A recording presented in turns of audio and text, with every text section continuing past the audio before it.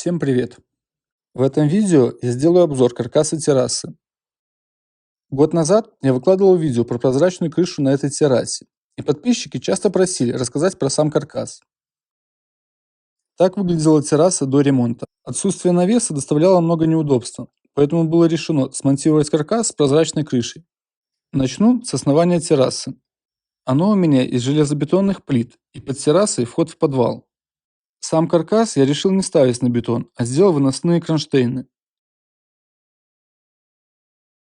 Толщина металла 4 мм. Каждый закрепил на 3 анкерных болта. Обязательно между бетоном, металлом и деревом прокладывал рубероид, чтобы предотвратить разрушение при соприкосновении разных видов материалов. Верхняя часть крепления в будущем спрячется под стяжкой. Каркас стены сделал из старого бруса 100 на 100, который должен был пойти на дрова. Но поработав денек с рубанком, брус все-таки получил вторую жизнь. Единственное, брус был кривой, но на тот момент меня это устраивало. Кроме того, брус пришлось сращивать в двух местах.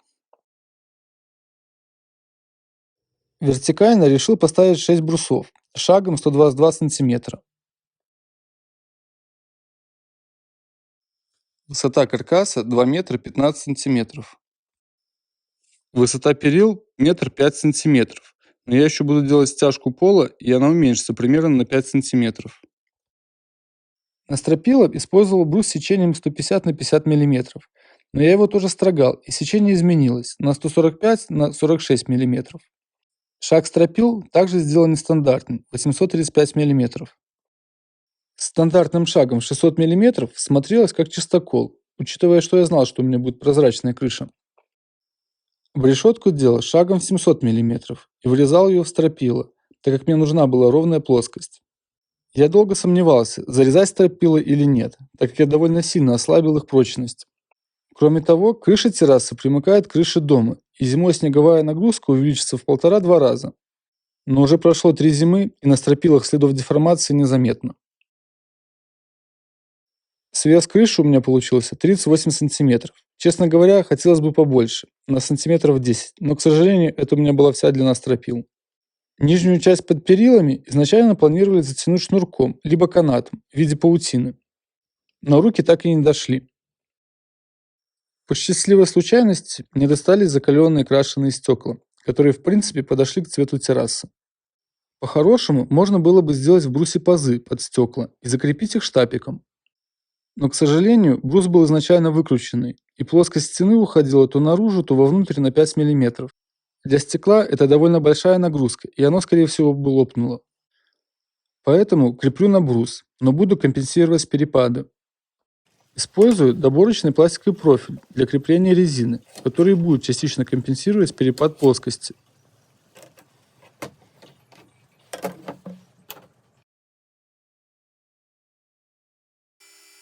Срезаю с него крепежные усы, так как буду крепить на саморезы.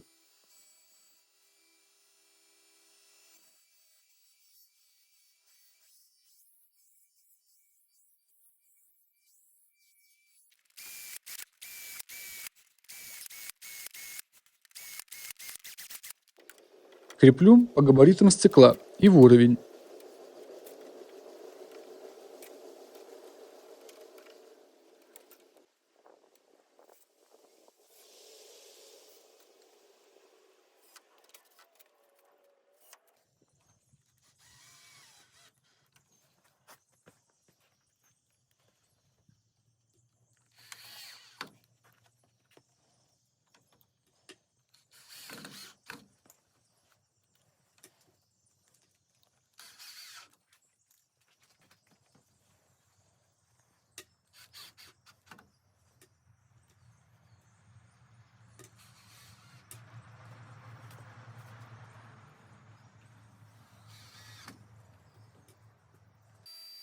Делаю рамку под стекло из дерева, на него оно и будет становиться.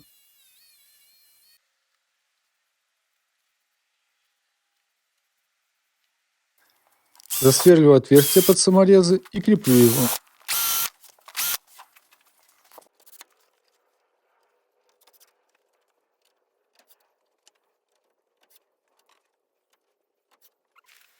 Сверху прикрепила рейку так, чтобы между стеклом и рейкой был зазор в 7 мм для расширения материалов.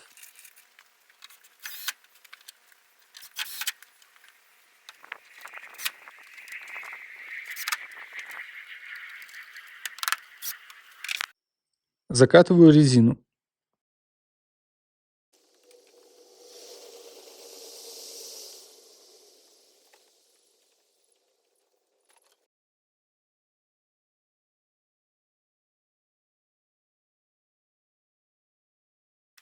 Ну а теперь монтируем стекло.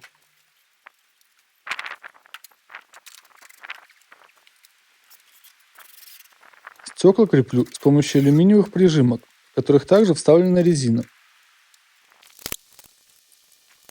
Но их плотно не зажимаю, чтобы они сильно не давили на стекло. Купить их в магазине или на рынке, конечно, будет сложно. Они используются в фасадном остеклении зданий алюминиевым профилем.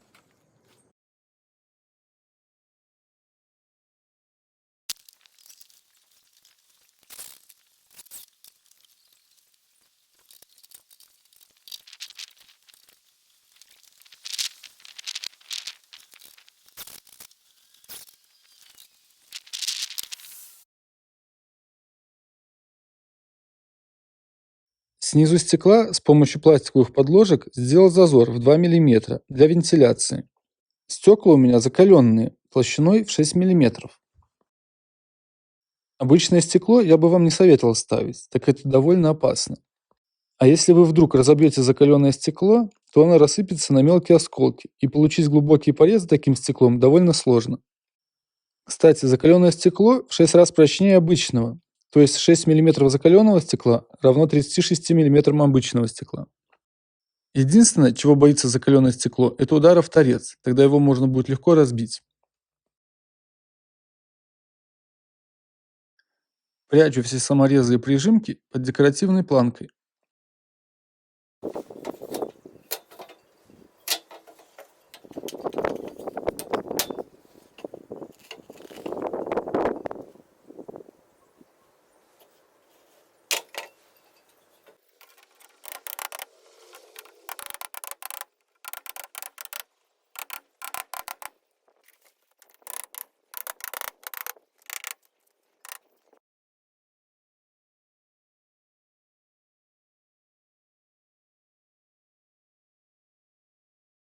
Теперь каркас террасы готов на 100%.